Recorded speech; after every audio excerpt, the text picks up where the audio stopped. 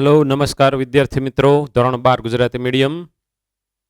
આજે આપણે chapter number 5નું lecture number 4 એમાં જે ટોપિક ભણવાનો છે એનું નામ છે આનુવંશિકતાની રંગસૂત્રીય થિયરી. આ ટોપિક એકલો ડિસ્કશન કરવા જેવો છે અને સમજણ પણ એક આવશે અને આપણને ખબર પડશે કે ખરેખર મુક્ત વિશ્લેષણનો નિયમ શું છે.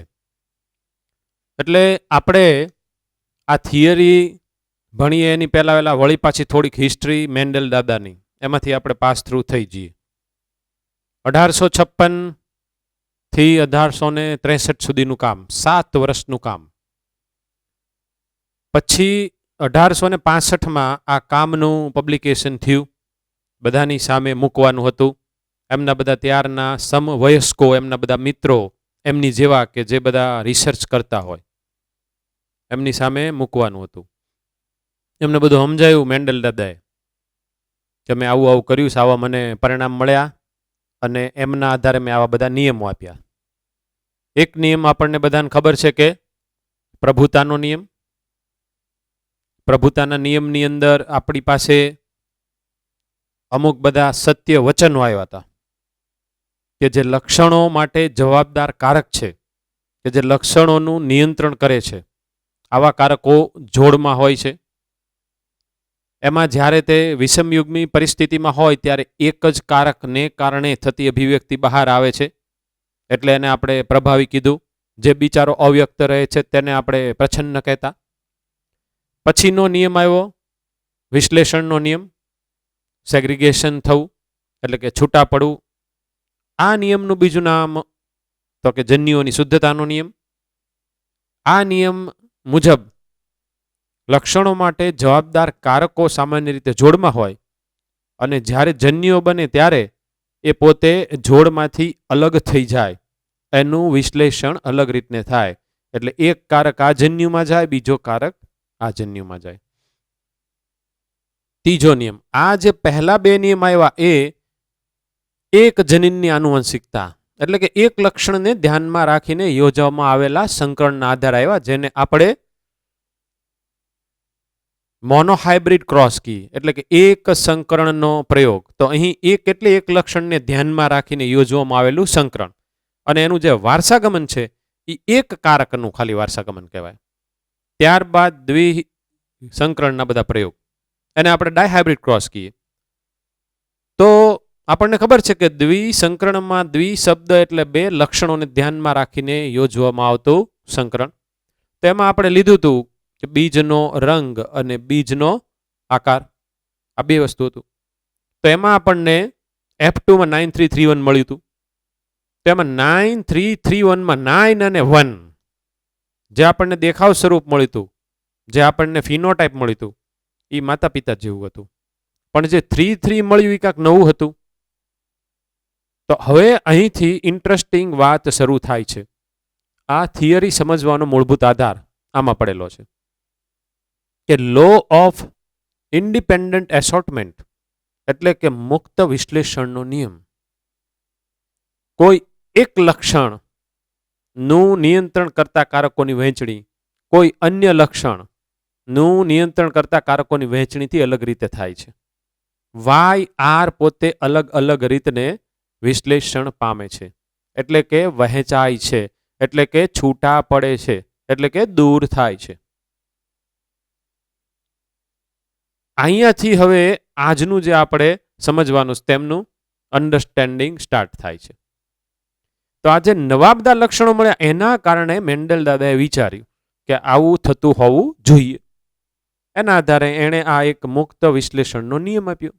એને ખબર નહોતી કે કોષની અંદર હું જે વાત કરી રહ્યો છું કારક કારકી ખરેખર કોષની અંદર રહેલા રંગસૂત્રને લાગુ પડે છે અને એની ઉપર પ્રસ્થાપિત થયેલા જનીનોને પણ લાગુ પડે છે.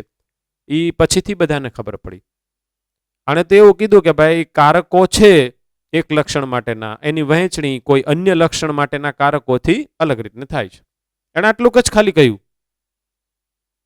આને આપણે લો ઓફ ઇન્ડિપેન્ડન્ટ એસોર્ટમેન્ટ તરીકે ઓળખીએ છીએ, એટલે કે આપણી ભાષામાં શુદ્ધ ગુજરાતીમાં મુક્ત વિશ્લેષણના નિયમ તરીકે ઓળખીએ છીએ.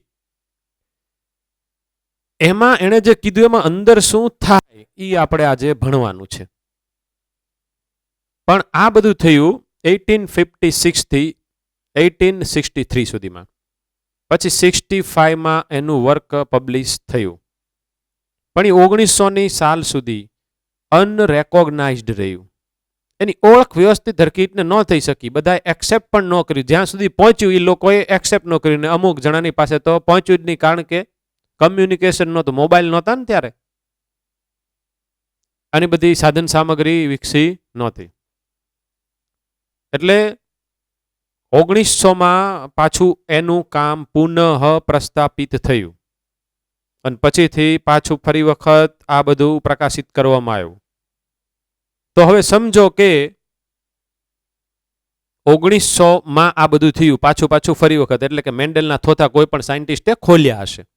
1886માં મેન્ડલ દાદાનું અવસાન થઈ ગયેલું. 1856 થી 1863 કામ, 1865ની અંદર આ બધું પ્રકાશન એને બધું બહાર પડ્યું, બધાને સમજાવવાની ટ્રાય કરી. 1886માં એનું મૃત્યુ થયું. ત્યારે એ માઇન્ડમાં એવા વિચાર લઈને ગયો કે મારું કામ કોઈએ માન્યું નહીં. 1886 પછી 1900ની સાલમાં પાછું એનું કામ પુનઃ પ્રકાશિત થયું. તો શા માટે આવું થઈ શક્યું? કારણ કે તે વખતે માઇક્રોસ્કોપીમાં એડવાન્સમેન્ટ આવી ગયું. સૂક્ષ્મ દર્શક યંત્ર બધાને ખબર પડી ગઈ. એની અંદર રંગસૂત્રો દેખાતા હતા. પછી તે વખતે સમભાજનને અર્ધીકરણનો અભ્યાસ થયો.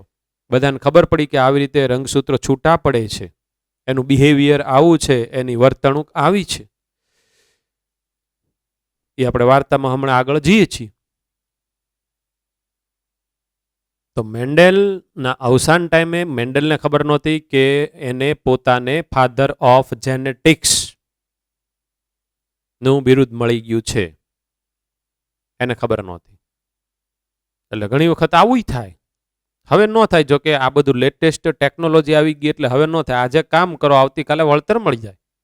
રિસર્ચ કરો, 2 વર્ષ સારી એવી દવા શોધી, કાંક ફોર ધ ફર્સ્ટ ટાઈમ તો નોવેલ મળી જાય ને, અને પાછા કરોડો ડોલર મળે. આ તો બધી તે વખતની વાત છે ને, 1800ની સાલની અને 1900ની શરૂઆત. તો હવે કેવું થયું? તો આપણે પાછા ઓલા મેન્ડેલથી આગળ વધીએ છીએ. માઇક્રોસ્કોપીનું એડવાન્સમેન્ટ તે વખતે નહોતું, પછી કમ્યુનિકેશન નહોતું. એણે તે વખતે સૌથી પહેલા બાયોલોજીની અંદર મેથેમેટિક્સનો ઉપયોગ કરેલો, સ્ટેટિસ્ટિકનો યુઝ કરેલો. એના સમવયસ્કો, એની સાથેના જે બધા સાયન્ટિસ્ટો હતા એને માન્ય નહોતું. એણે એમ કહેલું કે આ કારક એક ડિસ્ક્રીટ યુનિટ છે, પોતે સ્વતંત્ર, અલગીકૃત, સ્પેસિફિક એક એકમ છે કે જેના કારણે વારસાગમન થાય છે. લક્ષણો એક પેઢીમાંથી બીજી પેઢીમાં જાય છે. એ પોતે સ્ટેબલ છે. પિતૃ પેઢી F1, F2, F3, F4, F5 stable એમનેમ આવે છે. એનામાં કોઈ જાતનો ચેન્જ થતો નથી. એટલે કે F1માંથી F2માં આવે તો પાછા 1.5 મીટરની બદલે 1.6 મીટર થઈ જાય, વળી પાછો આવે તો પાછું 3 મીટર ઊંચા થઈ જાય. આવું થતું નથી. એનામાં કોઈ જાતનો ચેન્જ નથી થતો. એ પોતે સ્ટેબલ અને પાછો ઉતરી આવે છે, એટલે સ્ટેબિલિટી છે. કેપિટલ ટી આપણને ખબર છે કે તમે કેપિટલ ટી અને બીજો છોડે તે કેપિટલ ટી એનું તમે સંકરણ યોજ્યા જ કરો ને સ્વફલન સતત કરાવો તો 1 લાખ કેપિટલ ટી એટલે કે ઊંચા જ આવે. તો મેન્ડેલે જે વસ્તુ કરી હશે આ કરી હશે, કારણ કે એને કંઈ ખબર નથી કે અંદર કેપિટલ ટી એટલે ડીએનએ નો કટકો છે. એને તો ઈ ખાલી શું કહેતો? કારક છે. પણ એને એટલી ખબર પડી ગઈ કે આની અંદર રહેલા કારક પાછા પેઢીમાં આવે છે, એનીથી આગળની પેઢીમાં, એ એમનેમ રહે છે. ગમે ત્યારે વિયા નથી જતા કે પછી ભાંગી નથી જતા કે પછી એની અંદર કોઈ જાતના ચેન્જ નથી થતા. જો એનામાં કોઈ પણ જાતનો ચેન્જ થયો હોય તો પછી લક્ષણની અભિવ્યક્તિ પણ બદલાઈ જાય. આટલી વસ્તુ એને આપી, પણ ઈ પોતે કારકના કોઈ પણ ફિઝિકલ પ્રૂફ ન આપી શક્યા. ફિઝિકલ પ્રૂફ કે આ રહ્યો કારક. એમના બધા જે મિત્રો હતા એમને બધા ક્વેશ્ચન કર્યા કે નંબર 1 ક્વેશ્ચન, મેન્ડલજી આપ હમે બતાવો કે કારક શેનો બનેલો છે? મેન્ડલ કે મને ખબર નથી. ઓકે, કાંઈ વાંધો નહીં. કારક કઈ જગ્યાએ વનસ્પતિમાં આવેલો છે, એનું એક્ઝેક્ટ લોકેશન ક્યાં છે? મેન્ડલ કે મને ખબર નથી. ઓકે, કાંઈ વાંધો નહીં. પોતે કઈ રીતને કામ કરે છે કે જેને કારણે 2 મીટર ઊંચા કે પછી 1.5 મીટર ઊંચા થાય છે, કે પછી બીજનો રંગ યલો અને ગ્રીન થાય છે, કે પછી બીજનો આકાર ગોળ કે પછી ખરબચડો થાય છે. એ કે કઈ રીતને એવું થાય છે મને ખબર નથી. એટલે આ બધાએ એનું કાર્ય માન્યું નહીં, એટલે એ 1900ની સાલ સુધી અનરેકોગ્નાઇઝડ રહ્યું, ઓળખી શકાણું વ્યવસ્થિત નહીં. પણ મેન્ડેલને ખબર હતી કે એણે જે 7 વર્ષ સુધી કામ કર્યું છે એમાં જેટલા જેટલા પરિણામો મળ્યા એ બધા તો એની સામે જ હતા. આપણે જે 7 લક્ષણો લીધા એમાંથી કોઈ પણ 2 લક્ષણો ઈ જ્યારે લેતા ત્યારે એને F2 ની અંદર 3:1 જ મળતું. એટલે પરફેક્ટ 3:1 ન મળી હોય, 2.84:1 ને આવું બધું મળ્યું હોય. આવું જ મળતું હરેક વખતે, એમાં બહુ મોટું વેરિએશન આવ્યું નહીં.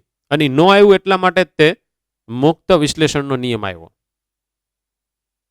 હવે એણે જે વિચાર કર્યો એ મુજબ આપણે આગળ વધવાનું છે. આપણને ખબર છે કે 1856 થી 63 એણે જેને કારકો કહ્યા એ અત્યારના જનીન છે, પણ વચ્ચે એક ગાળો એવો આવ્યો છે ને કે ભાઈ જનીનની શોધની પહેલા રંગસૂત્રની શોધ થઈ ગઈ, તો ઈ ગાળો એટલે આ 1900ની આજુબાજુનો ગાળો. તો હવે આગળ વધીએ છીએ.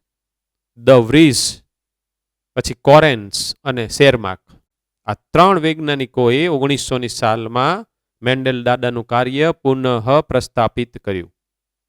એણે એના બધા થોથા ખોલ્યા, એણે ઈ મુજબના બધા એક્સપેરિમેન્ટ કરીને એમાં જેમ લખ્યું છે એમ આવે છે એવું જોયું તો બધું એવું જ મળ્યું.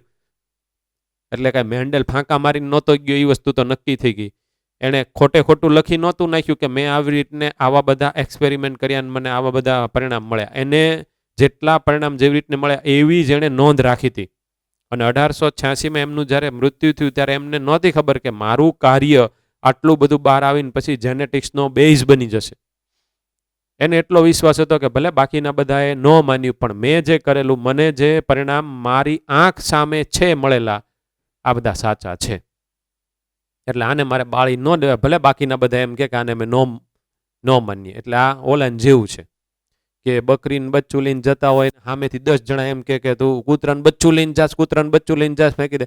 તો આપણે એવું માની ન લેવાય કે મેં જે લીધેલું છે એ કૂતરાનું બચ્ચું છે, એ બકરીનું જ બચ્ચું છે. આપણને ખબર છે કે આપણે એમ ન માની લેવાય કે હું ગાંડો થઈ ગયો છું. આ બધું તમારી આજુબાજુ જેમ જેમ તમારી નીટ નજીક આવે એમ આવું બધું આવ્યા કરે. આવે છે ને અત્યારે ઓલું NTA ની સાઇટ, એની અંદર બધા ક્વેશ્ચન, ને એમાંથી આ વખતે ક્વેશ્ચન પેપર નીકળવાના, આ વખતે અઘરું નીકળશે, બધું અલગ અલગ આવે. હજી જેમ જેમ એક્ઝામ નજીક આવશે એમ એમ આવું બધું આવશે. તમારે તો હજી 2021માં છે, પણ ત્યારે આવશે. એટલે એવું નહીં, પણ આપણે આપણી કરેલી મહેનત ઉપર જ વિશ્વાસ રાખવાનો, મેન્ડેલની જેમ. હવેનો યુગ તો સારો છે, આ યુગ આપણો એવો છે કે અત્યારે મહેનત કરો એટલે ફળ અત્યારે જ મળી જાય. પહેલા એવું નહોતું થતું.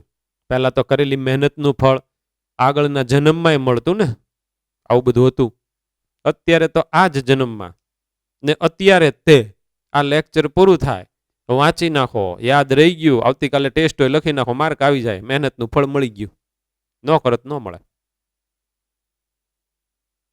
તો આ ત્રણેય સાયન્ટિસ્ટોએ ધ વ્રીઝ, કોરેન્સ અને શેરમાર્ક ફરી વખત આ બધું કર્યું. પણ એને મોટો ફાયદો એ થયો કે તે વખતે આ માઇક્રોસ્કોપની અંદર એડવાન્સમેન્ટ આવી ગયું હતું. એટલે જે સંભાજન કે પછી અર્ધીકરણ વખતે રંગસૂત્રની વર્તણૂક કેવી છે એ આપણે સમજી શકતા હતા. એટલે આ બધા સાયન્ટિસ્ટે જોયું, ઓકે, રંગસૂત્રો અર્ધીકરણ સમયે છૂટા પડે છે અને પહેલા જોડમાં હોય છે. તો ઓલા મેન્ડેલિઝમની અંદર લખ્યું કે ભાઈ કારકો જોડમાં હોય અને કારકો જન્યુઓના સમયે છૂટા પડે. તો એ રંગસૂત્રની સાથે મેચ ખાતી બધી જ તે કેરેક્ટરિસ્ટિક કારકો માટેની આવી. એટલે ઈ અરસામાં સાયન્ટિસ્ટોએ બધાએ એવું ડિસ્કશન ઉપર ઉતર્યા કે મેન્ડેલે કલ્પેલા તે વખતના કારકો ઈ આજના એટલે કે 1900 કે 1902 ની આજુબાજુના ગાળાના એ બધા ક્રોમોઝોમ છે, એટલે કે રંગસૂત્રો છે. તો સારું બધાને નવાઈ લાગી કે 1856ની સાલમાં રંગસૂત્રો વિશેનું જ્ઞાન આપણને મેન્ડેલ સાહેબ આપીને ગયા. પછી સટન અને બોહરી આવ્યા, સાયન્ટિસ્ટને નામ છે, હમણાં આપણે સ્લાઇડ જોવાના છીએ. ઇંગ્લિશમાં જ બધી સ્લાઇડ છે, એનું પાછું હું તમને ગુજરાતીકરણ કરતો સમજાવીશ. અત્યારે બધું ગુજરાતીમાં જ સમજાવું. ત્યારે બે એટલે આ વસ્તુ બે વસ્તુ તમારા માઇન્ડમાં રહે. એટલે સટન અને બોહરી આવ્યા. હવે એમની પાસે નોલેજ, આ બધું થોડુંક ઘણું વધારે બધી ટેકનોલોજી ને એવું બધું આગળ હાલ્યું. એ કે રંગસૂત્રની જોડ ઉપર જનીનો આવેલા છે. તો હવે રંગસૂત્રો જોડમાં તો જનીનોય જોડમાં, પછી રંગસૂત્રની વહેંચણી તો એની ઉપર પડેલા જનીનોની વહેંચણી. તો હારું જનીનોની વર્તણૂક મેન્ડેલે કલ્પેલા કારકોની વર્તણૂકને મળી. મેન્ડેલિઝમ એના જે બધા થોકડાઓ એની અંદર કારકોના જે બધા લક્ષણ લખ્યા હતા, એ બધા લક્ષણ રંગસૂત્રને લાગુ પડ્યા. એ બધી વર્તણૂક રંગસૂત્ર ઉપર પડેલા જનીનને પણ લાગુ પડી. એટલે આ બધા ઓહો હો મેન્ડેલ દાદાએ તો જે બધા તી વખતના કલ્પના કરેલા ફેક્ટર હતા એ આજના જમાનાના જનીન છે. એ આટલો બધું આગળ વિચારતો હતો. મેન્ડેલને ખબર નથી. એ તો સ્વર્ગમાં બેઠા બેઠા જલસા કરે છે. એટલે પછી આ બધા મેન્ડેલ દાદાએ જે બધા નિયમ આપ્યા એ, અને સાથે સાથે આવું જે સેગ્રીગેશન એટલે કે છૂટા પડે રંગસૂત્રો અને એની ઉપર આવેલી જે બધી સ્વતંત્ર જનીનોની જોડ હોય અને રંગસૂત્રની જોડો એ છૂટી પડે. આ બેયનું નોલેજ ભેગું કરીને જે બધું આપણે બધા સેન્ટેન્સીસ કહ્યા, એ આ સટન અને બોવેરીએ રંગસૂત્ર આનુવંશિકતાની રંગસૂત્રીય થિયરી તરીકે રજૂ કરી. કે આને આપણે ક્રોમોઝોમલ થિયરી ઓફ ઇનહેરિટન્સના નામે ઓળખીશું. પણ ઇન્ટરેસ્ટિંગ વસ્તુ જે ભણવાની છે એ હું એક તમને ફિગર ડ્રો કરીને બતાવું. આ ફિગર તમને ટેક્સ્ટ બુકમાં આપેલી જ છે, એટલે કે તમારા મટીરિયલમાં આપેલી જ છે.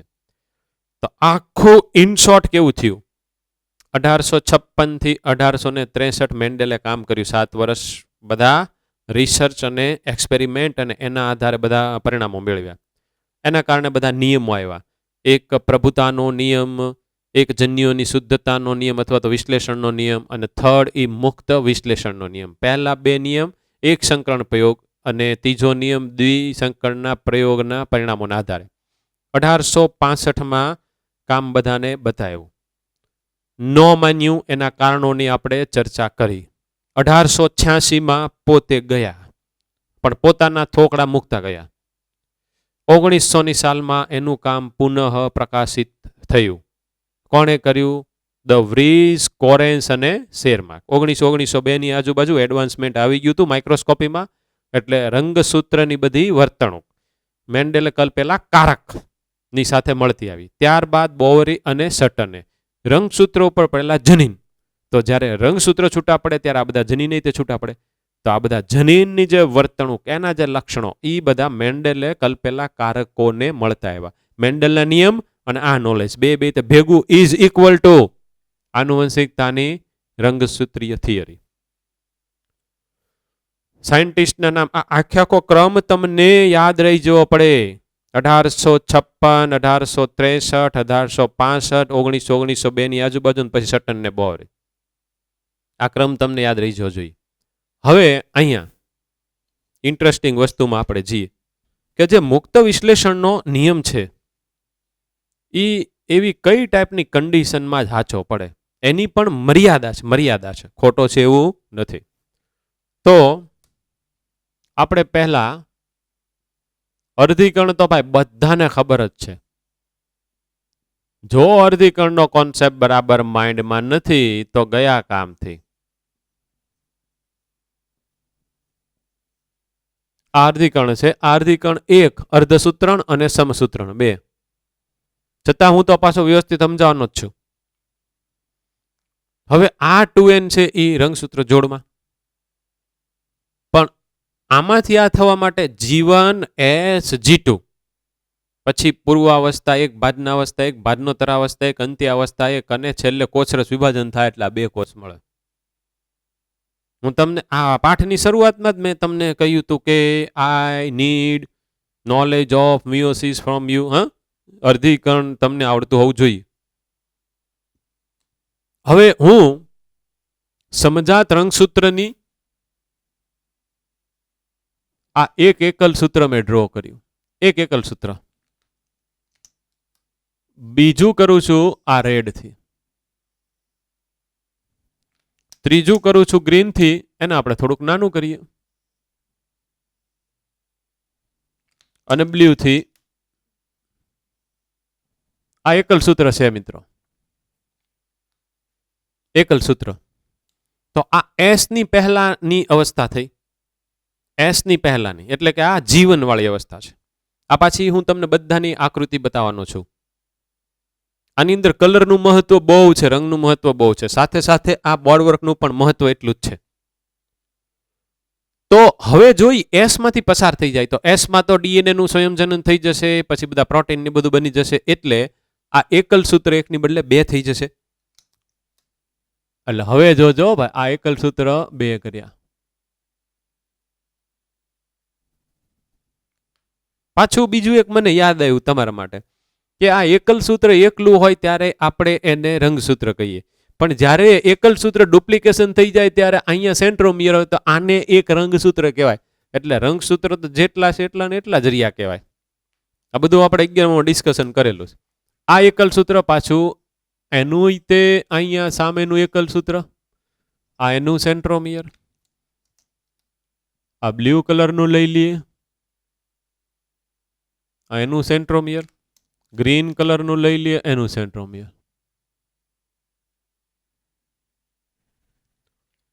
હવે તમને કહું કે મેં અહીંયા સમજાત રંગસૂત્રની એક જોડ અને બીજી જોડ દોરી છે. એક જોડ અને આ બીજી જોડ. આ એક જોડ છે, આ બીજી જોડ છે. સમજાત રંગસૂત્ર. તો ભાઈ સમજાત રંગસૂત્ર કોને કહેવાય? કદને અનુલક્ષીને હરખા, સેન્ટ્રોમિયરના સ્થાનને સપોઝ મેટાસેન્ટ્રિક મેટાસેન્ટ્રિક અને જનીનને અનુલક્ષીને હરખા. હવે જોજો આપણે વાય ને આર, આપણે દ્વિસંકરણના પ્રયોગમાં ઓલા વાય આર આનો આપણે આન્સર જોતો છે. આનો આપણે આન્સર જોતો છે.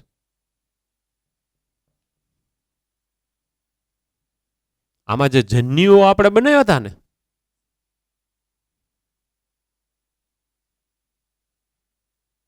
આમાં આપણે જન્યુઓ બનાવ્યા હતા, ખબર છે કે કેપિટલ વાય સાથે કેપિટલ આર, કેપિટલ વાય સાથે સ્મોલ આર, સ્મોલ વાય સાથે કેપિટલ આર, સ્મોલ વાય સાથે સ્મોલ આર. આ માનો કે માદા જન્યુ, તો અહીંયા રીતને ચાર ને આવું શા માટે થયું એનો આન્સર આવશે મુક્ત વિશ્લેષણના નિયમ. અને એ તમને નિયમ ઓરિજિનલ હવે અહીંયા તમને ખબર પડશે કે ઓકે આવું. જોજો અહીંયા આ બ્લેક થોડુંક જાડિયું થઈ ગયું ને, અને થોડુંક પાતળું કરી નાખીએ. હવે પહેલા આ હતું, આ એક એકલ સૂત્ર હતું. તો એ એક એકલ સૂત્રમાં એક લક્ષણ માટેનું હું એક જનીન મૂકું છું, એક લક્ષણ માટેનું. તો એ જનીનને હું અહીંયા મૂકું છું. આ એની લોકાય થઈ. તો આ જનીન કયું? તો કે કેપિટલ વાય મૂક્યું. કયું મૂક્યું? કેપિટલ વાય મૂક્યું. અને એનું જે સમજાતા એકલ સૂત્ર ત્યાંય તે એક મૂકવું પડે. તો જો હું આ કરતો હોઉં તો મારે સ્મોલ વાય જ મૂકવું પડે. આ સ્મોલ વાય, આ સ્મોલ વાય. એસ ની પહેલાની આપણે વાત કરીએ છીએ, એટલે કે જીવન. તો એવી રીતને અહીંયા તો કે અહીંયા એક મૂકી દઈએ. આ બ્લુ કલર આ ઉપરની પહેલા આવેલા હતી, અહીંયા મૂકી દઈએ સ્મોલ આર. તો આ ગ્રીન કલરમાં આ ઉપરનું ઈ જ તે જગ્યાએ મારે શું મૂકવું પડશે? Capital R. આ જ તમારે સમજવાનું છે.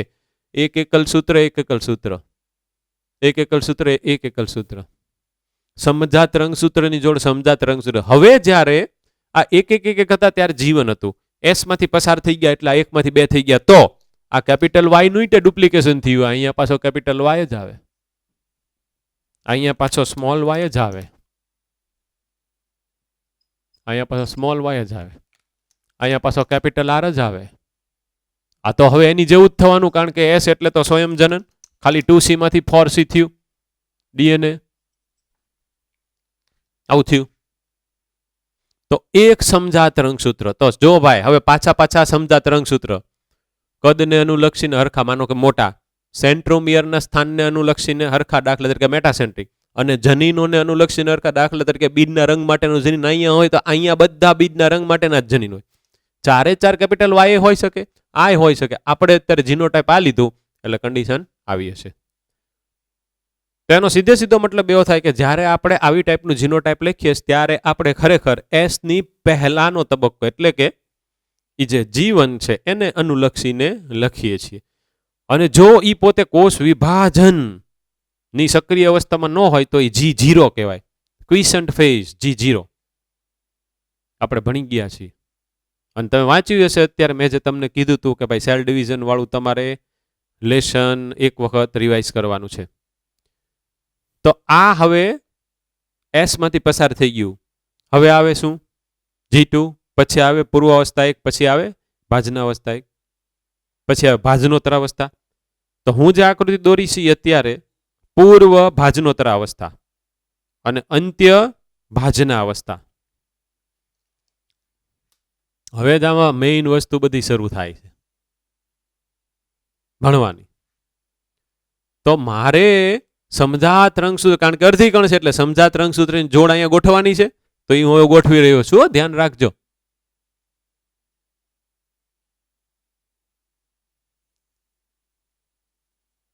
જેને ક્લિયર નહીં હોય ને એને અહીંયા હવે ક્લિયર થઈ જશે ને. જો આ લેક્ચર ક્લિયર ન થયું તો હાવ ગયા કામથી. તો પાછું 11મા ધોરણમાં જઈ અને પાછું જેવી કણુ અને કોષ વિભાજન આ બધું ફરી વખત ભણવું જોઈએ. અને એ બધું કાચું હોય ને આ ક્લિયર થઈ જાય એવી જ રીતને હું અત્યારે પ્રયત્ન કરી રહ્યો છું, તમને બધાને ભણાવી રહ્યો છું. પણ આખું તો અર્ધીકરણ હું તમને અત્યારે અહીંયા ભણાવી શકું નહીં. હવે આ થયું, અહીંયા ડાર્ક કરી નાખું. તો આ ડાર્ક એટલે કયું જનીન છે? Capital Y. અહીંયા રેડ ડાર્ક કરી નાખું તો એ કયું છે? Small Y. પછી આ ગ્રીન કરી નાખું અહીંયા ડાર્ક તો એ કયું થયું? Capital R. એવું નથી હો કે આ તો મેં અહીંયા ખાલી સિલેક્ટ કરેલું. આ માનો કે આ તો રાઉન્ડ એટલે કે આકાર માટેનું જનીન છે ને, તો આ આકાર માટેનું જનીન અહીંયા હોઈ શકે. તો અહીંયા અહીંયા અહીંયા અહીંયા એનું સ્થાન ફિક્સ જ છે. હોમોલોગસ લોકાય કહેવાય, સમજાત જગ્યાઓ. આપણે અત્યારે છેડા ઉપર રાખ્યા છે. આ તો ખાલી સમજણ માટેની આકૃતિ છે. આ તો ખાલી સમજણ માટેની આપણે છેડા ઉપર મૂક્યા છે. બાકી અહીંયા જ કાંઈક જગ્યાએ તમારે લોકેટ કરવા પડે. આપણે ખાલી આ સમજણ માટે થઈને છેડા ઉપર મૂક્યા છે. ખાસ ધ્યાન રાખજો. એક ટેલોમર ને એવું બધું જો કે તમારે સિલેબસમાં નથી એટલે એમાં નથી આપણે અત્યારે પડવું. તો આવું થયું. હવે હું દ્વિધ્રુવીય ત્રાક ડ્રો કરું છું.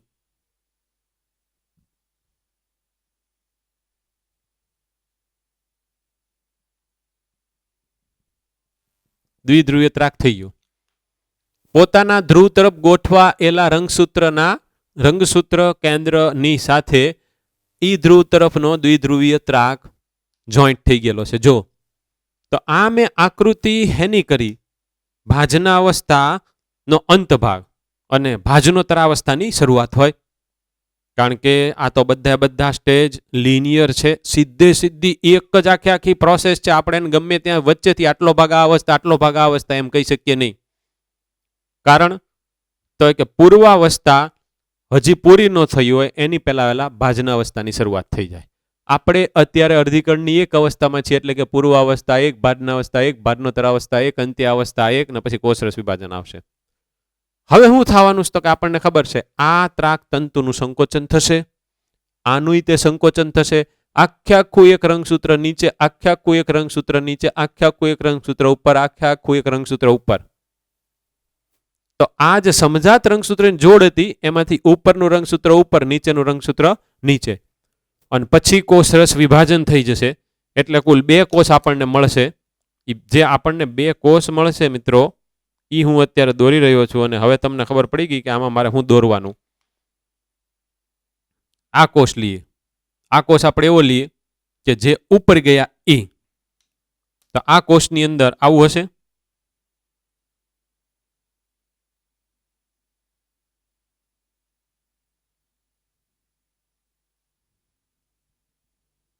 અને બીજું બ્લેકની સાથે કોણ જશે? ગ્રીન.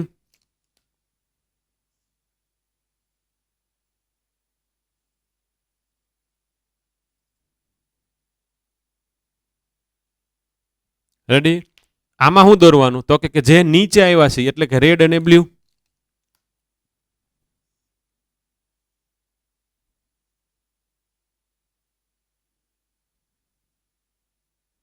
રેડ અને બ્લુ.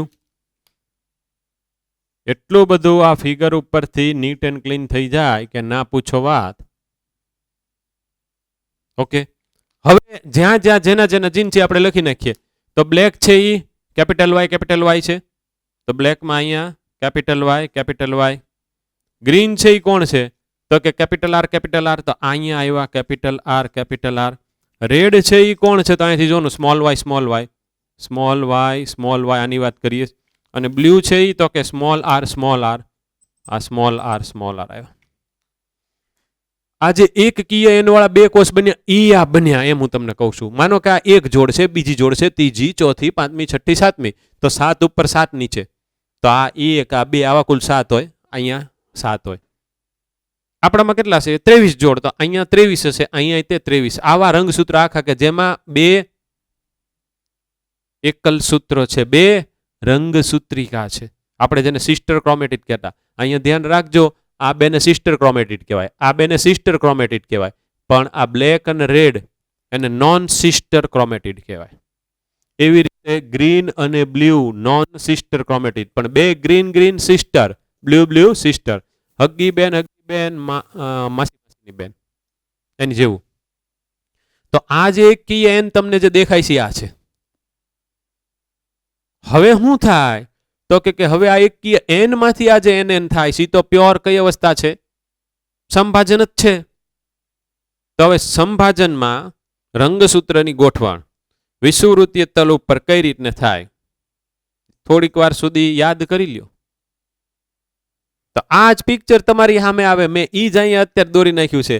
એને દ્વિધ્રુવીય ત્રાક આમ દોરી નાખવાનો, દ્વિધ્રુવીય ત્રાક આમ દોરી નાખવાનો, દ્વિધ્રુવીય ત્રાક આમ દોરી નાખવાનો ને આમ દોરી નાખવાનો. પછી ભાજનોત્રાવસ્થા 2 થાય.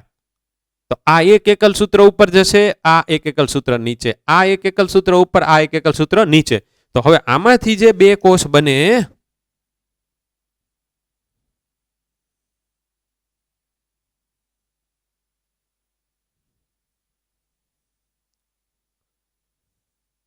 આ 4 થઈ ગયા.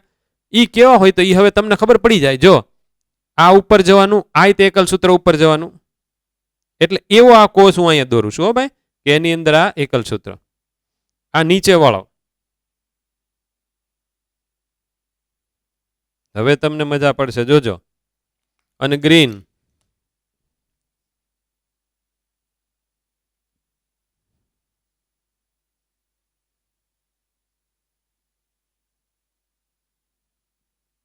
હવે આ ગ્રીન એટલે કેપિટલ આર છે તો અહીંયા કેપિટલ આર લખવાનું, અહીંયા કેપિટલ આર લખવાનું. આ બ્લેક એટલે કેપિટલ વાય છે તો અહીંયા કેપિટલ વાય લખવાનું, અહીંયા કેપિટલ વાય લખવાનું. તમને ખબર પડી આ કેપિટલ વાય આર મેં જે લખેલું છે એ શું છે?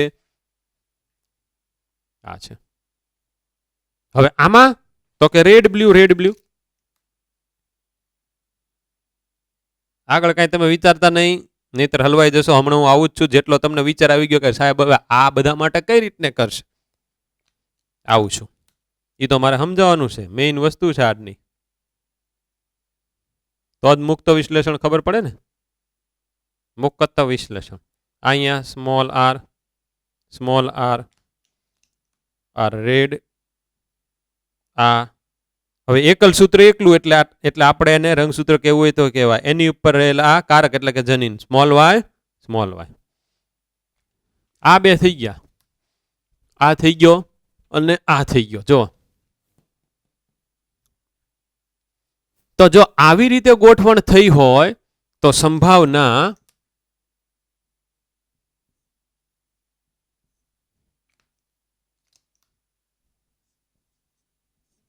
આવી રીતે ગોઠવણ થઈ હોય તો સંભાવના કેવી છે આપણે જોયું.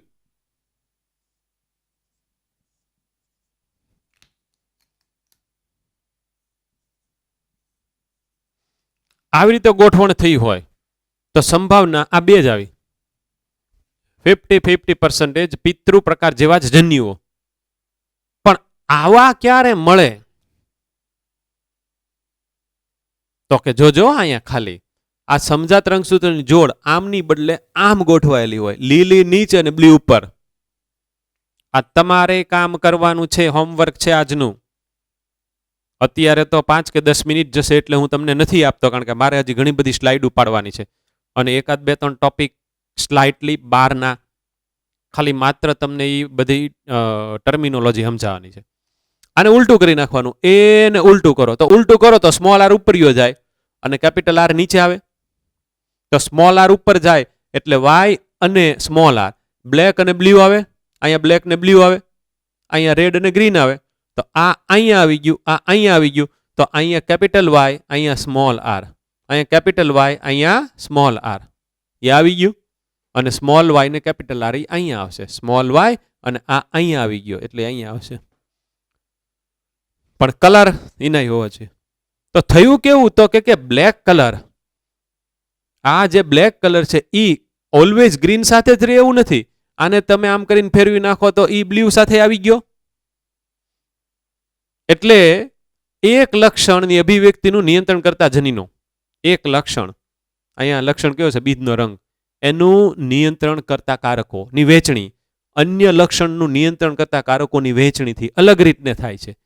જો આ જોજો, હવે હરખીટને ધ્યાન રાખજો, જો આ આર અહીંયા જ બરાબર પડ્યો હતો, આની હારું હારત પડ્યો હતો, તો ઓલવેઝ કેપિટલ વાય ને કેપિટલ આર સાથે રહે, સ્મોલ વાય ને આ સ્મોલ આર સાથે રહે. તો આપણને 9331 માં 33 મળ્યું એવું કોઈ દિવસ મળે નહીં. તો એ જે 33 બન્યું એટલે કે બિન પિતૃ જેવું મળ્યું, કાંક નવું મળ્યું, એની પાછળનું કારણ શું, તો કે આમ પણ ગોઠવાયેલા હોય, આમ પણ ગોઠવાયેલા હોય, એટલે કે એનું વિશ્લેષણ પોતપોતાનું મુક્ત રીતે થાય, અલગ અલગ રીતને થાય, કોઈની સાથે જોડાયેલો નહીં.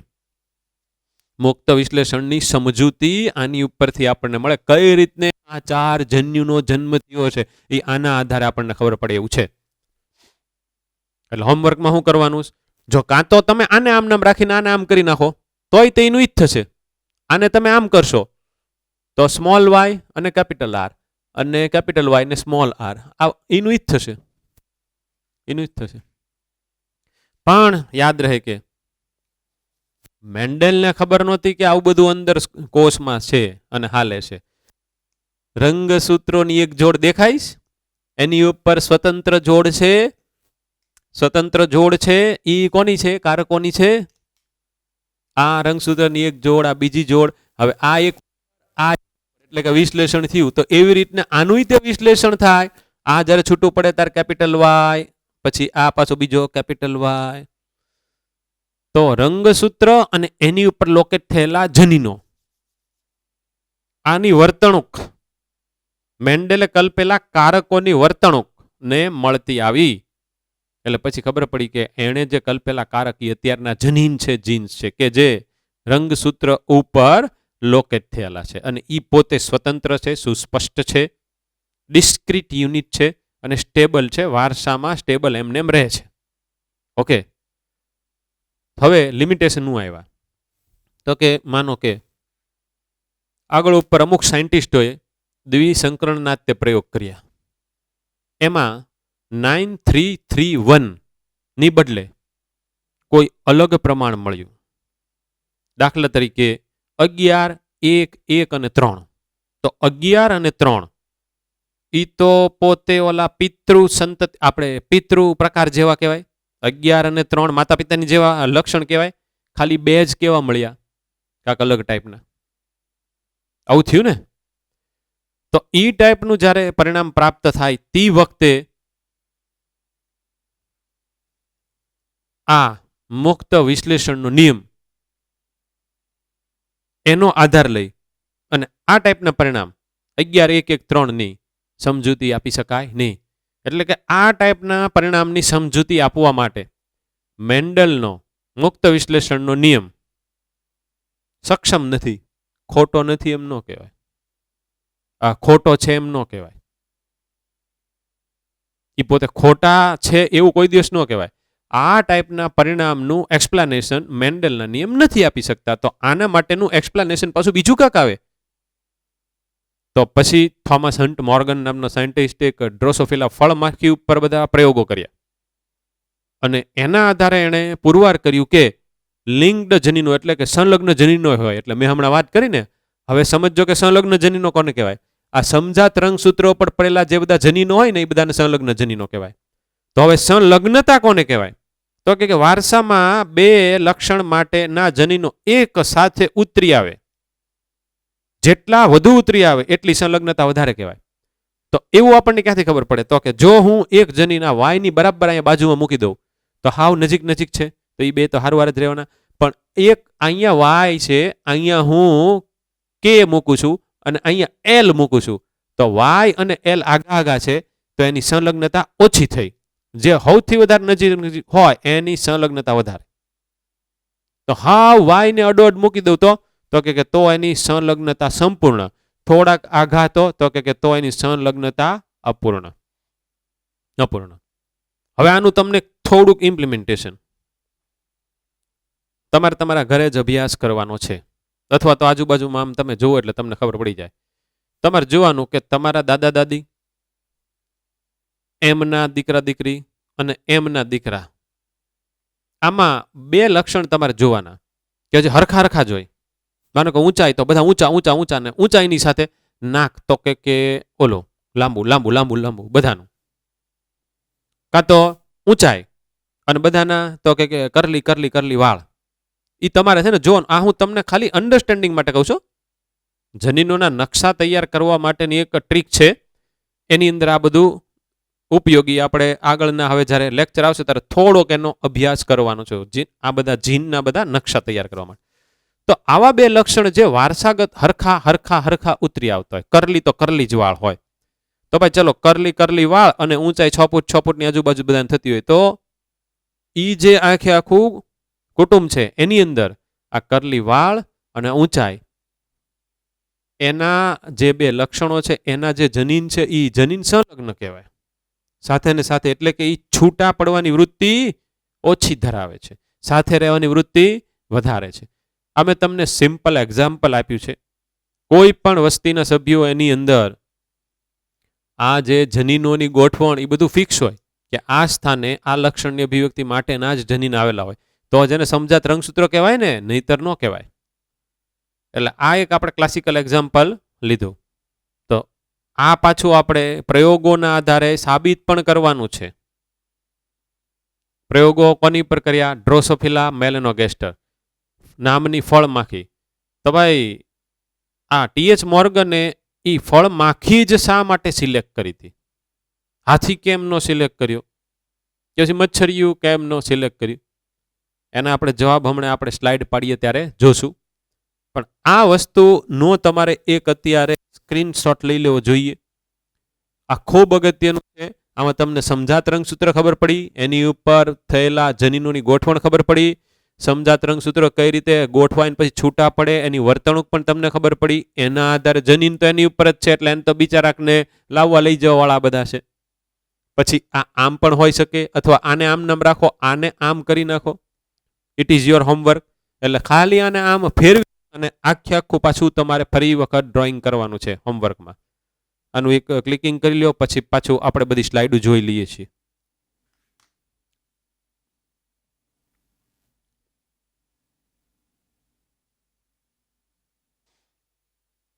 તો હવે સ્ટાર્ટ કરીએ. ક્રોમોઝોમલ થિયરી ઓફ ઇનહેરિટન્સ જે આપણે જોયું ઈ જ છે, પણ ફક્ત ઇંગ્લિશની અંદર સ્લાઇડ છે. Mendel work published in 1865. 1856 થી 63 કામ કર્યું, 65 ની અંદર પબ્લિશ કર્યું. Remain અનરેકોગ્નાઇઝડ till 1900. 1900 સુધી બિચારું એમને રહ્યું. એના કારણમાં કમ્યુનિકેશન બરાબર નહોતું. પછી કન્સેપ્ટ ઓફ જીન તે વખતે ફેક્ટર સૌથી પહેલી વખત હતો. એટલે પહેલા તો આ લોકોએ એમ જ કીધું કે ભાઈ આ સારું, તમે જેને કારક કારક કહો છો આવું કાંઈ બાયોલોજીમાં આવતું જ નથી, આવું કાંઈ છે જ નહીં. એણે એવું કીધું કે સ્ટેબલ છે અને ડિસ્ક્રીટ યુનિટ છે, સ્વતંત્ર એકમ પોતે સુસ્પષ્ટ છે અને વારસામાં એમનેમ રહે છે. કંટ્રોલ્સ એક્સપ્રેશન ઓફ ટ્રેટ, લક્ષણોની અભિવ્યક્તિનું નિયંત્રણ કરે છે. લક્ષણોની અભિવ્યક્તિનું નિયમ એટલે શું? બીજનો રંગ પીળો છે તો એ પોતે પીળા રંગનું નિયંત્રણ કરે છે. પીળો રંગ હોવું એ એનું એક્સપ્રેશન થયું, અભિવ્યક્તિ. અને લક્ષણ એટલે બીજનો રંગ. અને પેર ઓફ અલીલ. પેર ઓફ અલીલ આપણે શીખી ગયા છીએ ઈ પોતે જોડમાં છે. પેર એટલે જોડ. અલીલ એક ટી એને આપણે અલીલ કહેવાય. સ્મોલ ટી બીજો અલીલ થયો. એની મુજબ તો કે કારકો જોડમાં છે એની મુજબ. Do not blend with each other. મિશ્રણ નથી થતું ઈ આપણે એક સંકળના પ્રયોગમાં શીખી ગયા કે F1 ની અંદર 1.75 મીટર ઉત્પન્ન નથી થતા. 2 અને 1.5 ની વચ્ચે સંકળન કરો એકલા 2 જ આવે છે. અને એકલા 2 ની વચ્ચે સંકળન કરો તો કે તો કાં તો 1.5 અને 2 જ આવે છે. પણ 1.25 વાળું કાંઈ ઉત્પન્ન થતું નથી, એટલે લક્ષણોનું મિશ્રણ થતું નથી. Was not accepted by his contemporaries. એમના સમવયસ્કોએ આ વાતને એક્સેપ્ટ ન કરી. પછી થર્ડ કે યુઝ ઓફ મેથેમેટિક્સ. તે વખતે મેથેમેટિક્સનો ઉપયોગ સૌથી પહેલી વખત થયેલો. It was a totally new in biology. હવે આવી main. He could not provide any physical proof. કોઈ પણ જાતના ફિઝિકલ પ્રૂફ ન આપી શક્યો. કોના માટે? તો કે for the existence of factor. કારકની હયાતી ના કોઈ પણ જાતના ન આપી શક્યો પુરાવાઓ. Or say what they were made of. અથવા કારક શેના બનેલા છે ન કહી શકે. કારકોની હયાતીના પુરાવા ન આપણા અને કારકો શેના બનેલા છે એ પણ ન કહી શક્યો. એટલે એનું કાર્ય એના બધા ભાઈબંધોએ માન્ય રાખ્યું નહીં. હવે 1900માં ડ વ્રીઝ, કોરેન્સ એન્ડ શેરમાર્ક આપણે જેમ વાત કરી, રીડિસ્કવર્ડ મેન્ડેલ્સ વર્ક. ફરી વખત કે આપણે છે ને મેન્ડેલ દાદાનું બધું ખોલીએ ને એણે જેવી રીતને બધા પ્રયોગો કરેલા પાછા આપણે કરીને દુનિયાને દેખાડીએ. સાચા હશે તો સામે આવવાના જ છે. સાચા હશે તો સામે આવવાના જ છે. પણ તે વખતે એડવાન્સમેન્ટ ઓફ માઇક્રોસ્કોપી આવી ગઈ હતી. સેલ ડિવિઝન મેડ ઓબ્ઝર્વેબલ. કોષ વિભાજન જોઈ શકાતું હતું. ક્રોમોઝોમ્સ વેર ડિસ્કવર્ડ. રંગસૂત્રની શોધ થઈ ગયેલી. 1920માં ક્રોમોઝોમ્સ મૂવમેન્ટ ડ્યુરિંગ મયોસિસ હેડ બીન વર્કડ આઉટ. અર્ધીકરણ દરમિયાન રંગસૂત્ર કઈ રીતે મૂવમેન્ટ થાય છે, કઈ રીતે પોતે વિશ્લેષણ પામે છે, ઈ બધાને ખબર પડી ગઈ હતી. અને આની ઉપરથી પછી અર્ધીકરણ દરમિયાન રંગસૂત્રના જેટલી વર્તણૂક બહાર આવી ઈ એની જેવી વર્તણૂક લખેલી મેન્ડેલિઝમમાં હતી. એટલે આ અરસામાં બધા તે વખતના સાયન્ટિસ્ટે એમ માન્યું કે મેન્ડેલે કલ્પેલા કારક આજના યુગના રંગસૂત્ર છે. આ થોમસ હન્ટ મોર્ગનનું પછી આવશે. પછી સટન અને Boveri. Behaviour of chromosome was parallel to the behaviour of genes. રંગસૂત્રની વર્તણૂક, જનીનોની વર્તણૂક, આ બેયની વચ્ચે સમાનતા. ઈ અને મેન્ડલના નિયમો ભેગા કરી અને એણે રંગસૂત્રીય થિયરી આપી દીધી. Used chromosomes movement to explain Mendel's law. તો સટન યુનાઇટેડ એણે શું ભેગું કર્યું? Knowledge of chromosomal segregation. Chromosomal segregation, રંગસૂત્રનું વિશ્લેષણ, પ્લસ મેન્ડેલના બધા પ્રિન્સિપલ્સ એણે જે આપ્યા એ બધા લો, એને કીધું ક્રોમોઝોમલ થિયરી ઓફ ઇનહેરિટન્સ. પાછા જઈએ છીએ. આ મેં જે અહીંયા ડ્રો કર્યું એ છે. આ એક સંભાવના, આ બીજી સંભાવના. તો તમે અહીંયા જોઈ શકો છો આ જાંબલી, આ પિંકને ફેરવી નાખ્યા. આ પિંકને ફેરવી નાખ્યું એટલે અહીંયા આવી ગયું જાંબલીની નીચે. એટલે પિંક ને જાંબલી હારવાર રહેશે. તો પહેલા કોણ હારવાર હતું? તો કે આ જે પિંક છે એની સાથે આ ઉપરનું સ્કાય બ્લુ. તો આ ચાર અલગ. એટલે આ એક મેં તમને એ કર્યું છે આ માનો. તો આ મેં જે તમને હોમવર્ક આપ્યું છે એ છે કે જે તમારે ઘરે કરવાનું છે. એમાં તમારે કાંઈ નથી કરવાનું અને આમ કરીને ફેરવી નાખવાના છે.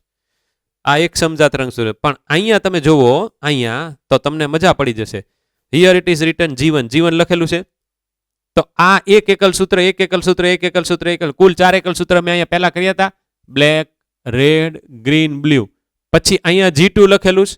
તો S આવી ગયો, S માંથી પસાર થઈ ગયા એટલે દરેક 2 થઈ ગયા. 1 2 3 4 5 6 7 8. જુઓ 1 2 3 4 5 6 7 8. નેવી બ્લુ 2, સ્કાય બ્લુ 2, પછી પિંક 2 અને થોડા આછા લીલા 2 થઈ ગયા. હવે એક વખત આમ ને આમ એણે કર્યું અલગ, એટલે આ આવ્યું. એક વખત આને આમ કરીને ફેરવીને કરો તો જાંબલીની સાથે પિંક આવે. આ આવ્યું. ઓકે. જનીન અને રંગસૂત્રોની વચ્ચે સમાનતા અને કોના માટે કયું છે ઈ તો મેં તમને તમારા મટીરિયલમાં લખીને આપેલું છે. હવે Thomas Hunt Morgan worked on Drosophila melanogaster. આ ફળ માખી ઉપર એણે કામ કર્યું. Thomas Hunt Morgan, T H Morgan. શા માટે ડ્રોસોફિલા? તો કે એના લક્ષણો સુસ્પષ્ટ આપણને સૂક્ષ્મદર્શક યંત્ર જે સામાન્ય હોય એમાં દેખાય. એનું જીવનચક્ર બહુ નાનું, 15 days. એ એક વખત સંકરણ કરે તો કેટલા બધા ઈંડા મૂકે, એટલે કે એની કેટલી બધી સંતતિ થાય. તો આપણે તો વારસાગમનના અભ્યાસ માટે ઈ જ કામનું ને. હાથી લીધું હોય તો શું થાય, જરાક તમે વિચારો તો કે મોર્ગન એક હાથીની ઉપર પ્રયોગ શરૂ કર્યો, હાથીને એક કપલ ઉપર.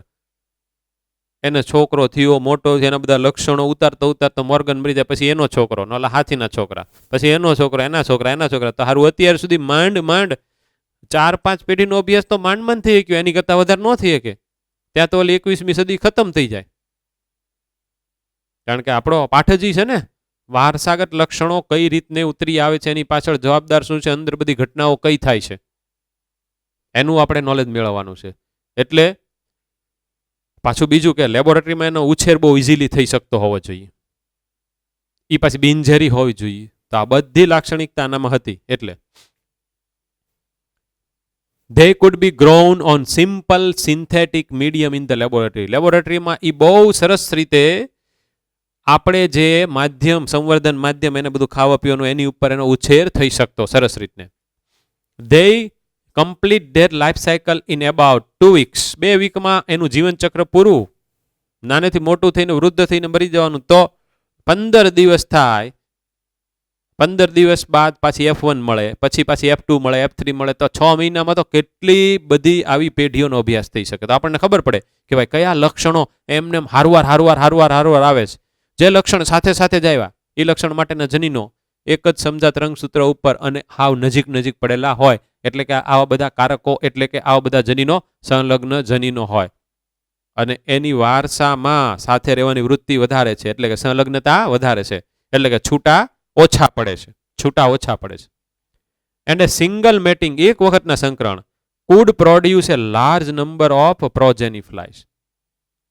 F1 સંતતિ કેટલી બધી ઉત્પન્ન થાય, પછી ઈ પાછા સંકરણ કરે તો પછી કેટલી બધી માખીઓ ઉત્પન્ન થાય. એક જ વખતના સંકરણમાં ખૂબ માખીઓ. Also there was a clear differentiation of the sexes. નર ને માદા અલગ હતા. એટલે સેક્સ્યુઅલ ડાયમોર્ફિઝમ, લિંગભેદ, બાહ્ય લિંગભેદ જોવા મળે. જેવી રીતે તમે વંદામાં ભણી ગયા છો કે તમે જોવો તો ખબર પડી જાય કે આ નર છે ને માદા છે. માની અંદર એવું હતું. એક નાની એક મોટી હમણાં આવશે એની આકૃતિ. The male and female flies are easily distinguishable. આવી ગયું, એને બહુ આસાનીથી આપણે અલગીકૃત કરી શકીએ. It has many types of hereditary variations that can be seen without low power microscope. With low power microscope. તો આવું હોય ને, આ બધા હાઈ પાવર કહેવાય. આવા જે હોય ને માઇક્રોસ્કોપ, અહીંયા આપણે 10x નો લેન્સ મૂકીએ, અહીંયા 10x નો તો 100 ગણું મોટું દેખાય. પછી એવી રીતની એક બાજુ 10x ને એક બાજુ 40 હોય તો 400 ગણું. આમાં એટલી બધી જરૂરિયાત નહોતી. અહીંયા જ ખાલી એક લેન્સ હોય, ખાલી 10 થી 20 ગણું મોટું તમે જોવો, માખીને અહીંયા સ્ટેજ ઉપર મૂકીને જોવો 10 કે 20 ગણું મોટું, એ આની કરતા સામાન્ય પ્રકારનું માઇક્રોસ્કોપ કહેવાય. એમાં જોવો તો એના બધા લક્ષણ દેખાઈ જાય. લક્ષણ બોલે તો, ફોર એક્ઝામ્પલ, એની આંખ આપણે લઈ લઈએ. એની આંખ અહીંયા તો હાડકા અને આ બધું આખી લેબોરેટરી છે અહીંયા. તેની આંખનો કલર જોવો છે તો સ્ટેજ ઉપર મૂકી દીધો, આટલે લેન્સ આમ કરીને ઉપરથી જોવો એટલે થોડુંક મોટું દેખાય. એમ માની લ્યો ને કે હાઈ ફાઈ આગિયો કાચ. હા, તો એવું જે સૂક્ષ્મદર્શક યંત્ર થી એનો અભ્યાસ થઈ જાય. અને એણે જે લો પાવર કીધું ને, એ લો પાવર મેં તમને અહીંયા બતાડ્યું ને. જ્યારે હું અહીંયા 10x નો લેન્સ કરું તો હું ખરેખર લો પાવરમાં જોઉં છું એમ કહેવાય. અને આ છે 40 નો છે, આમ કરીને ફેરવીને અહીંયા લાવી દઉં તો હાઈ પાવરમાં દે, બાકી બીજું કાંઈ નથી. એટલે લો પાવરમાં જોઉં તો મને થોડાક જ ઘણું વધારે મોટું દેખાય. તો it has many types of hereditary variation. વારસાગમનમાં ઉતરી આવે એવા કેટલાય બધા લક્ષણો અલગ અલગ હતા. ફોર એક્ઝામ્પલ, આંખનો રંગ, પછી પાંખની લંબાઈ, પછી એનો પોતાનો રંગ, આવા ઘણા બધા લક્ષણો બહારથી જ તેનો અભ્યાસ થઈ શકે. અને એને વળી પાછા આપણે લો પાવરમાં જોઈ શકીએ. સટન ને બોહરી આવી ગયું. આ જુઓ, એ એટલે મેલ છે, બી એટલે ફિમેલ છે. કદને અનુલક્ષીને તરત જ તે ખબર પડી જાય છે. સેક્સ્યુઅલ ડાયમોર્ફિઝમ કે જે નાની હશે ફ્લાય એ નર છે અને મોટી હશે એ માદા છે. હવે આ એક તમારા માટે થોડુંક નવું છે. આપણે ટેસ્ટ ક્રોસ તો ભણી ગયા, પણ ટેસ્ટ ક્રોસ ને આઉટ ક્રોસ એને એક આપણે હેડિંગમાં મૂકીએ છીએ બેક ક્રોસ. તો ટેસ્ટ ક્રોસની અંદર કેવું છે કે F1 ની સાથે તમારે સંકરણ કરવાનું છે રિસેસિવનું. પ્રોજેન ઇઝ ક્રોસ્ડ વિથ રિસેસિવ. આનો ફોટો પાછો પાડી લેવાનો છે, સ્ક્રીનશોટ. તો જો તમે પ્રચ્છન્ન સાથે F1 નું સંકરણ કરો તો એને ટેસ્ટ ક્રોસ કહેવાય, કસોટી સંકરણ. તો આઉટ ક્રોસ કોને કહેવાય? તો કે F1 ની સાથે તમે પ્રભાવીનું સંકરણ યોજો. બધા પ્રભાવી જવાના છે, એને આઉટ ક્રોસ કહેવાય. When F1 individual crossed with dominant parent then it is termed outcross. આટલું જ ખાલી યાદ રાખવાનું છે. આવી ટર્મ પૂછે અથવા આ એટલે શું એવું પૂછે તો આપણને આવડવું પડે. મોનોહાઇબ્રિડ એક સંકરણનો ટેસ્ટ ક્રોસ. F1 પ્રોજેની આવી, એની સાથે રિસેસિવ, કારણ કે ટેસ્ટ આ આપણે ભણીને બેઠા છીએ ને. આપણે ઓલું ખબર છે WW વાળું જોયું, એ એને અહીંયા ટીટી લઈને કર્યું છે. ડાયહાઇબ્રિડ ટેસ્ટ ક્રોસ, દ્વિસંકરણ F1, એને ટી ને આર લીધો, આપણે અહીંયા વાય હતું. એમાં તમારે જો અહીંયા તમે કેપિટલ વાય ને સ્મોલ વાય મૂકો તો અહીંયા તમારે સ્મોલ વાય સ્મોલ આર મૂકવાનું પડે. તો એમાં એક આવ્યું. તો the ratio of dihybrid test cross, આવું જ તે ખાલી તમને પૂછે છે જ્યારે બહારનું પૂછે છે ને જેનેટિક્સમાં ત્યારે આવું પૂછે છે કે what is the ratio of dihybrid test cross. દ્વિસંકરણનો ટેસ્ટ ક્રોસનો એટલે કે કસોટી સંકરણનું પ્રમાણ કેટલું? 1:1:1:1:1. મારા બેટા એવું મૂકી દે 4:4:4:4, તો એ તો સાચું જ પડે. આ ખાલી તમારે એક આનો તમારે સ્ક્રીનશોટ લઈ અને ખાલી નોંધી નાખવાનું છે. તમારી જેનેટિક્સનું જે તમારું બોર્ડ વર્ક હોય એમાં બીજું કશું જ નથી કરવાનું. આવશે બહારનું સીધું આવું આવે છે. રેસિપ્રોકલ ક્રોસ, જો ફિમેલ ને મેલ, તો જે ફિમેલ છે એને મેલ બનાવી નાખ્યું. જોયું, કેપિટલ ટી ફિમેલ છે તો અહીંયા કેપિટલ ટી ને મેલ બનાવી નાખ્યું, અને અહીંયા સ્મોલ ટી મેલ છે તો અહીંયા સ્મોલ ટી ને ફિમેલ. એને શું કહેવાય? Reciprocal test. ખાલી આ ટર્મ યાદ રાખવાની છે. આવું કાંક આપી દીધું હશે, નીચેનો ક્રોસ કઈ ટાઈપનો ક્રોસ છે, પછી આપ્યું હોય ને આઉટ ક્રોસ ને ટેસ્ટ ક્રોસ ને રેસિપ્રોકલ. હવે આ બહુ ઇન્ટરેસ્ટિંગ વસ્તુ છે. બ્લિક્સ્ટ નામનો સાયન્ટિસ્ટ, ખૂબ એટલે ખૂબ કામનું છે. Concluded that the gene studied by મેન્ડેલે જે બધા કારકોનો અભ્યાસ કર્યો તો તેઓ લોકેટેડ ઓન 4 ડિફરન્ટ ક્રોમોસોમ. એ અલગ અલગ 4 રંગસૂત્રની જોડ ઉપર છે. આ એક જોડ, આ 2, આની જેવી ત્રીજી, ચોથી, પાંચમી, છઠ્ઠી, સાતમી, 7 અલગ અલગ ઉપર એક નથી, પણ 4 ઉપર જ આ 7 લક્ષણોની અભિવ્યક્તિઓ માટે જવાબદાર જનીનો છે. એનો મતલબ એમ થયો કે એકાદ જોડ ઉપર એક કરતા વધારે લક્ષણ માટેના કારકો હોવા જોઈએ. આ હું બોલું છું એ બરાબર સાંભળવાનું છે. આ નવું છે, તમે યાદ ન રાખો તો હાલશે, પણ you must be aware about this. આ એક જોડ ઉપર બીજનો રંગ અત્યારે આપણે બીજના રંગ માટેનું જનીન મૂક્યું છે. બીજી જોડ ઉપર આપણે બીજના આકાર માટેનું મૂક્યું છે. ત્રીજી જોડ ઉપર આપણે ઊંચાઈ માટેનું મૂકીએ. પછી ચોથી જોડ ઉપર આપણે પુષ્પનો રંગ. પછી પાંચમી જોડ ઉપર તો કે પુષ્પનું સ્થાન. આવા જે સાથે હતા એ અલગ અલગ 7 જોડ ઉપર મૂકીએ એવું નથી. આ એક જોડ ઉપર માનો કે આ આર અહીંયા આપણે મૂકી દઈએ, પછી આપણે પુષ્પના રંગ માટેનું અહીંયા રાખીએ, તો એ કયું ક્યાં હતું એ આપણે જોઈએ. હું ખાલી આ વાંચું છું, હું તમને ખાલી સમજાવું છું. આ સ્લાઇડ ભલે થોડીક તમને અત્યારે દેખાતી હોય. જો લેન્થ ઓફ પ્લાન્ટ, વનસ્પતિની ઊંચાઈ, એટલે આપણે જેને કેપિટલ ટી ને સ્મોલ ટી કહેતા હતા, ઈ પોતે ઈ જે જનીન છે એ રંગસૂત્ર નંબર 4 ઉપર છે. હવે ઈ પાછું 4 ઉપર જ તે ફ્લાવરની પોઝિશન છે, એટલે કે પુષ્પનું સ્થાન છે. પછી પાછું 4 ઉપર જ તે શેપ ઓફ પોડ છે, સિંગનો આકાર. આ 3 માટેના જનીન 4 રંગસૂત્ર ઉપર હોય. તો તમે એવું માની લ્યો કે આ માનો કે 4 રંગસૂત્રની સમજાત રંગસૂત્રની જોડ છે, તો આની ઉપર 1, 2 ને 3 સમજાત લોકા ઉપર આ 3 લક્ષણ માટે કયા લક્ષણ કહું છું? વનસ્પતિની ઊંચાઈ, પછી પુષ્પનું સ્થાન અને સિંગનો આકાર. એના માટેના જનીન 4 રંગસૂત્ર ઉપર છે, એટલે કે ચોથી જોડ ઉપર 3 લક્ષણ માટેના જનીન. પછી 5મા રંગસૂત્ર ઉપર 5th કલર ઓફ પોડ, સિંગનો રંગ એની અંદર પ્રભાવી લીલા હતા અને પ્રછન્ન પીળા હતા. પછી એવી રીતને 7મી રંગસૂત્રની જોડ ઉપર શેપ ઓફ સીડ, આમાંથી કયું આવશે? આ.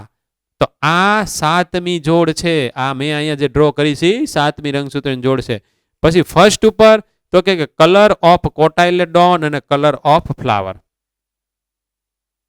જે બીજનો જે રંગ છે અહીંયા એને કોટાઇલેડોન લખ્યું છે એટલે બીજ પત્ર, પણ એને તો આખા બીજ તરીકે જ લીધું હતું. અને કલર ઓફ ફ્લાવર, પુષ્પનો રંગ.